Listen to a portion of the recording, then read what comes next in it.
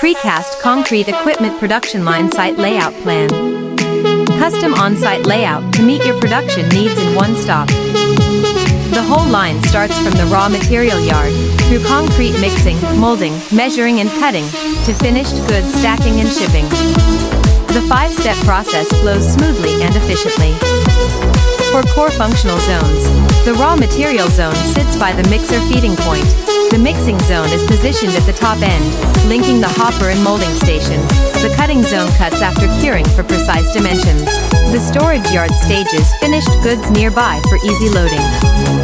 Key dimensions: total site length 100 meters, total site width 20 meters, mixing and production zone 20 meters, finished goods yard flexibly adjusted to site conditions. Proportions of each zone can be fine-tuned to terrain and output needs. The plan is ready. Contact us for detailed drawings and equipment configuration. We provide one-stop service from planning and design to equipment delivery.